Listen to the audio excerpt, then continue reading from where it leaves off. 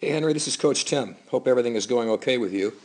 Good seeing you again, even though it's only on this little video. But let's take a look at what we see here in your swing.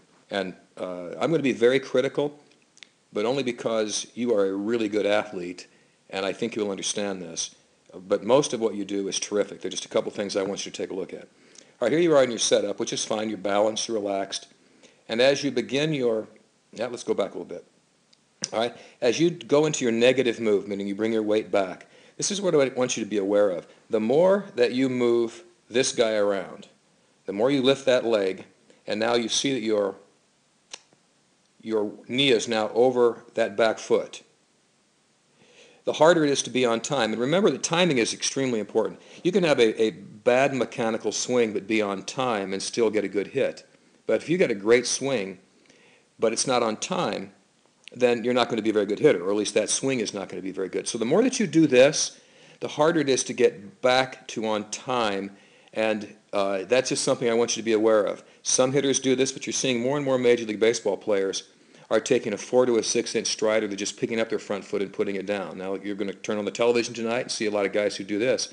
The very few of them get back on top, as I said, back on top of that back foot. They want that knee to stay inside. And if you just take a small stride, you will notice that your knee will not do that.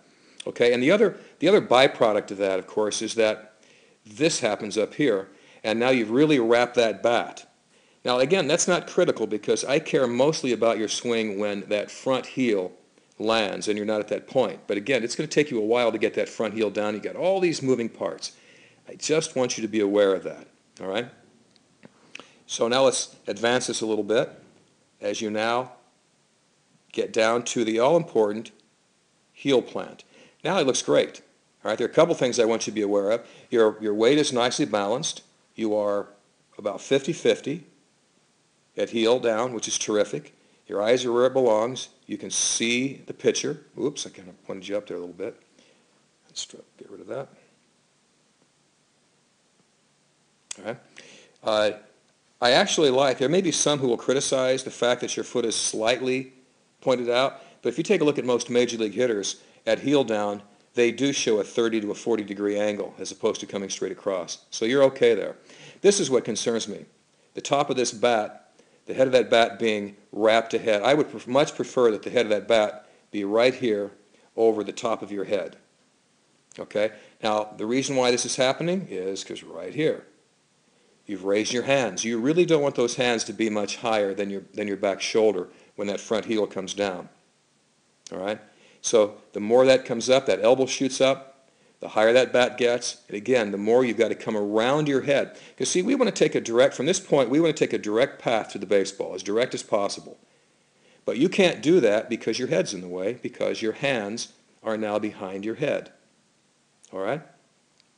So these are pretty easy adjustments, the sort of thing that you need to do as you look in a mirror. And as you look straight forward at that mirror, pretend the mirror is the pitcher, and you'll be able to see into that mirror. You should be able to reflect back and see your hands. Right now, if you were to look into a mirror, say that mirror is sitting out here, where the pitcher would be, you're not going to be able to see those hands because they're behind your head. So at this point, what has to happen is my hands have got to come out and around, or my head's got to get out of the way, neither of which are helping you get your hands directly to the baseball, which is what we want to have happen. Okay, so let's advance this a little bit. And this is when a lot of good stuff starts to happen. That knee is driving right where it belongs, down and in, so we're staying linear. Now we've got the knob of that bat down where it belongs. Oops, I'm going to get rid of that. Where it belongs. Boom, headed toward the catcher's feet. Your eyes are where they belong. Coming to the ball. Now let's advance a little bit more. Good hand path. You take in those hands, like we're going to shine that light on the ball, and there you are. Okay? So you did a nice job of clearing. All right, hands stay in. We get into what some guys refer to as the power V. A spot right in here. Boom, boom. There and there. Actually, I reversed that, so I'm going to get rid of that.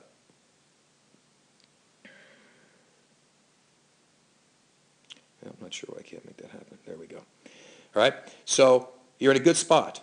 All right, bat's coming through your hands. The bat head will be below your hands. You're not, this is a slight uppercut, but that's the way it actually should be, despite what you might hear some other places. But when you come through here, the bat head is below the hands. So let's continue to advance that. All right, contact. Look at your eyes, right where they belong, right down at contact. All right, that's good. Take a look at your hands are palm up, palm down, one of the absolutes of hitting at contact, which is great. This elbow is tucked in, which is where it belongs. You're hitting against a firm front side, which is what you should be doing. You've rotated that back hip. You've got this kind of this modified L, which is what you want on your back leg. Tells me you're really driving into that front side and getting the most out of this. Now here's where you're robbing yourself from a little bit of power, okay?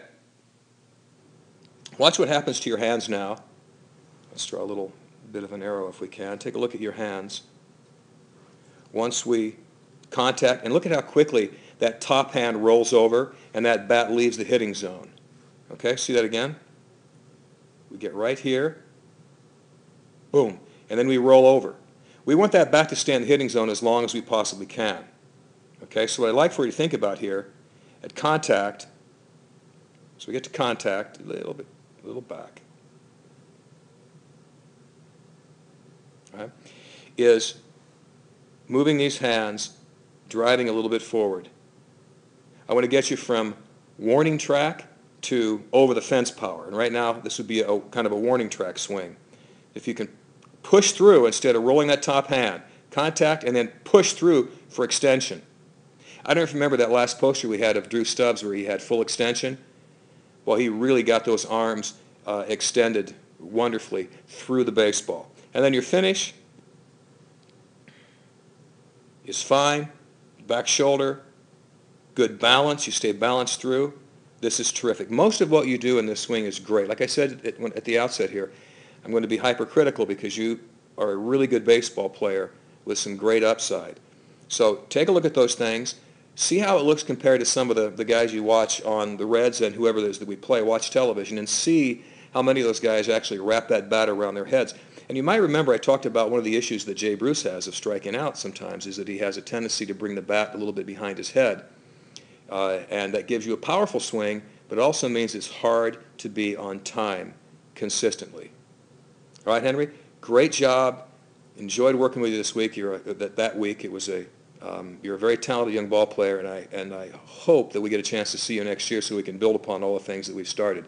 But between now and then, remember to hit the books as hard as you hit the baseball. But keep practicing. You've got a lot to look forward to in baseball.